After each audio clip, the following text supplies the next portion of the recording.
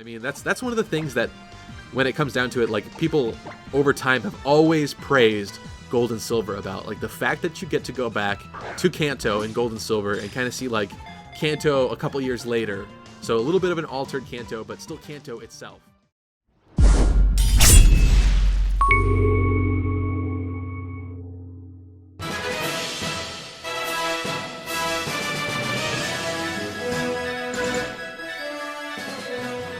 What's going on, guys? Stevie here with Lucky Crit, and today I'm going to be playing through the new Pokemon Sun and Moon demo. I know it's been out for probably about a week or two at this point, so it's kind of old news. A lot of you have probably seen some other people on YouTube already played through it, but I haven't gotten the chance to dive in just yet. I wanted to talk about it and talk about a whole bunch of topics that I've been thinking about lately in terms of Sun and Moon, and maybe you guys will enjoy at least my take on that. So unfortunately, with the release of this demo, people were able to actually data mine it, and although they scrubbed it for the most part, they removed just about everything that they needed to avoid people actually figuring out everything that's going to be in the game. They left in some image files of all of the new Pokemon, and it spoiled all of them. So we didn't know names or anything, and now that people are actually getting into the real game earlier, we are starting to know even more of this information before the game's even launched, but at least before we only had the pictures, but the pictures were bad enough. Like, honestly, it did, for me, kill a lot of the hype when it comes to the game. There's definitely some Pokemon that I liked that were revealed in there, but I think overall I am disappointed in the number of new Pokemon. And it's not even that, because I could take, like X and Y didn't have a lot of new Pokemon, but I liked just about all of those Pokemon that they made. They did a really, really swell job of creating new Pokemon for X and Y. And so, like, the normal Pokemon in this game, I'm perfectly okay with. But when it comes to the Alolan forms, I'm, like, very, very disappointed, because there's so many more Pokemon that really could have used Alolan forms. There's a lot of them that people speculated and kind of made, like, fakes of that I think were really awesome ideas that I really, like, wanted to see. And then, seeing Gamefreak not deliver on some of those concepts just kind of makes me sad. But, like, if you're going to tout a new feature like that, like Alolan forms, like new forms of old Pokemon, you gotta do it, like, for a lot of Pokemon. Like, it can't just be, like, 10 or so Pokemon families. That just seems, like, so lacking, if you ask me. And some of them I think that they could have done, oh, I shouldn't have used Water Shuriken here, but some of them I think they could have done a much better job of when it comes down to, like, the concept of what they went with. And I won't spoil some of those new ones, but I think Executor was a good one. I'm happy that, he's like a tall palm tree. Perfectly fine with that. What makes me mad about that, though, is Execute didn't get a new Alolan form.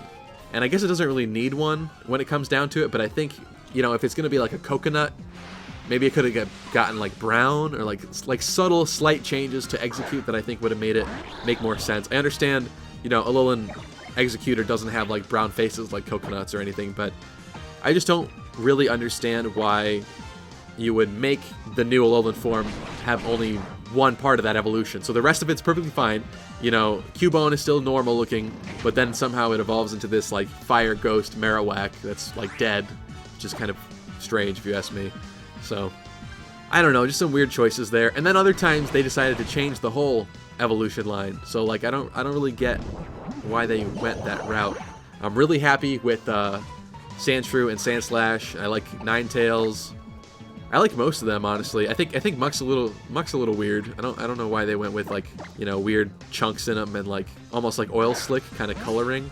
If it was, like, more oily and that's why it was dark, I think that would be awesome. But it's not actually supposed to be oil, which confuses me even more. It's just supposed to be from, I guess, eating so much garbage.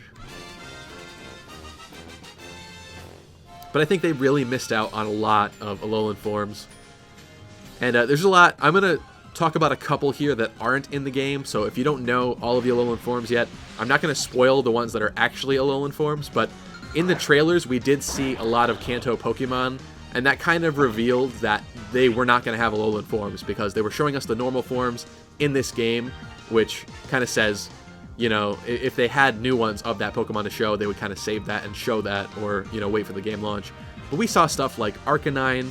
There was a fake version of an Alolan Arcanine that I was so stoked about. It was water type. It had, like, instead of, like, you know, kind of spiky fur. It was like watery fur. It was like really, really cool. Talking about how it would run across water and stuff. I just thought that was a really cool concept. You know, when it came down to it, there was like a Weezing that was like basically some kind of like little volcano like chimney type of deal. Sometimes I feel like honestly Game Freak should hire some of the people that come up with like these amazing concepts, or like, I don't know, somehow pay them or acquire their concept and just use it in the game, because if it makes the overall game like a lot better, if the Pokemon are a lot cooler, I don't see the problem with that, honestly. Because like I always get the feeling that Game Freak is like kind of a small company when it comes down to it, and they should be bigger. They should have more people working on these games, because time and time again we're just kind of not getting as great of a final product as it could have been. And I don't want to say like be harsh about this game and say that, you know, it's not going to be good. I'm sure it's going to be a great game, but you know, with X and Y, people were kind of disappointed about there not being much of a post game and that kind of stuff. And there's just like, sometimes it just seems like they're spread a little too thin to just go that extra mile and really make something incredible for the next Pokemon generation. And I feel like these games are going to be pretty much the same in regards to that, which is unfortunate, because I was super hyped when we heard about this. So yeah, for Pokemon that I wish didn't exist in this generation, perfectly fine with Palossand. Because when it comes to like the typings, right? Like think about the ghost ground typing. Like what are you gonna make that's ground that's a ghost? Like some of them I am perfectly okay with, because of the fact that if they want to make some of these new types, they're gonna have to do some kind of weird stuff to make it work. And you know, having kind of a ghost sandcastle, it's a little strange, but I mean, when it comes down to it, Generation 1 we have, you know, Grimer and Muck. We have like sludge, piles of sludge, and that honestly worked pretty well. I don't have a problem with Grimer or with Muck. So Palossand I'm okay with. What else can I say without spoiling any? You know, obviously I'm a little sick of like the rat for this region and the regional bird. Like regional bird I get, completely understand it. Pick-a-Peck as a whole, I think I really wish the final evolution was more along the lines of like what Pick-a-Peck originally was. Like it's a woodpecker, you know? So there was some really cool concept art that people made showing like what it could become, like a steel type woodpecker, which I thought was really, really cool. And unfortunately that's just not the case. I guess I'm just going to keep sitting here catching Pokemon until I run out of Pokeballs, so I'll probably cut ahead to that point because I'm not going to be making you guys sit here watch this the whole time. In terms of like bad moves by Game Freak, like there's even just little things that I'm really not sure why. So they revealed that both Blue and Red are actually going to be kind of leaders. I think it's at the battle tree or whatever it's called, where you battle trainers. It's sort of like the battle mason of this game, which we've also heard some unfortunate stuff about, but I won't get into that. Basically, when you fight Red, he doesn't even have Red's music, which is upsetting. Like, they just remastered like that Heart Gold Soul Silver version of his music, and yet we're not getting it here, which it's just tiny nitpick, but it's like little details like that I think if Game Freak just had a little bit more time to polish stuff, just would have nailed every little detail. So it's unfortunate. But also there's some stuff like people are saying like a lot of the Pokemon in this gen are very slow, like they're not that fast, they're not as great competitively as we were anticipating, which I suppose is fine, right? Because you don't want to have power creep, you don't want to have it get to the point where every generation is just upping that last generation and gets to the point where those previous generations of Pokemon are unusable. But when it comes down to it, like a lot of these new Pokemon are slow, they don't really work, I guess, the way that people were anticipating them to work. When it comes to starters, you've got Decidueye, who is, you know, Rowlet's final evolution, which I'm probably going to be picking and going with. And the typing is cool. It's Grass Ghost. You know, a lot of weaknesses there, but it's kind of a cool type. But when it comes down to it, he's slow, has not a great move pool from what I've seen.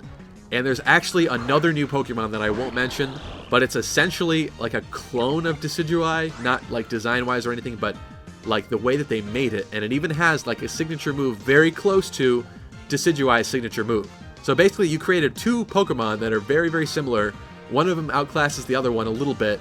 And let me just say that Decidueye is not the one that outclasses the other one. So Decidueye is getting like wrecked in its own generation, which is like really sad. What a cool Pokemon that's just a little bit outclassed by another new Pokemon. Like, it doesn't even make sense. Why would you do that? On top of that, like, of all the new Pokemon that we could have gotten, maybe slight spoiler here because I'm gonna like say that there's a Pokemon that we didn't get in the games that should have been there. So maybe if you want to skip ahead, I'll put it on screen to the time that you can go to avoid this little mini spoiler, because, you know, there's a Pokemon that we didn't get in this new generation that we should have got, I feel, with this kind of tropical setting. And that is going to be a dolphin Pokemon. Of all the Pokemon we could have gotten, there's no dolphin. You know, and one of the Tapus kind of looks like, you know, a little bit of a marlin of a fish, like with the way that its sort of like shell is, like the outer like tiki shell thing. But that's not a dolphin. How easy would it have been to come up with some kind of a cute, like cool dolphin type Pokemon to put in this tropical Hawaiian island? Like, come on. I don't know if maybe that was like too obvious and that's why they didn't do it, but that's like a missed opportunity if you ask me. Like, why wouldn't you make a dolphin Pokemon in Hawaii? I don't know. Just some choices like that just seem like some ideas like went over their head. We're also hoping that we would get to go to like Kanto or something. Like, there would be a huge surprise in this generation, or maybe even just going back to Kalos, since we didn't get, you know, a Pokemon Z version. But I don't honestly believe that we're going to get to do that. I don't know for sure, so I could be wrong about that, but I kind of feel like that's not going to be the case. It just seems like a little too much work for them to put into the game. But that would have been cool. I mean, that's one of the things that, when it comes down to it, like, people over time have always praised Gold and Silver about. Like, the fact that you get to go back to Kanto in Gold and Silver and kind of see, like, Kanto a couple years later. So a little bit of an altered Kanto, but still Kanto itself. With the gyms all over again, you get the 16 badges total for that generation. People really loved that. And I just don't understand why they haven't realized that and kind of gone back to that somehow. I don't know.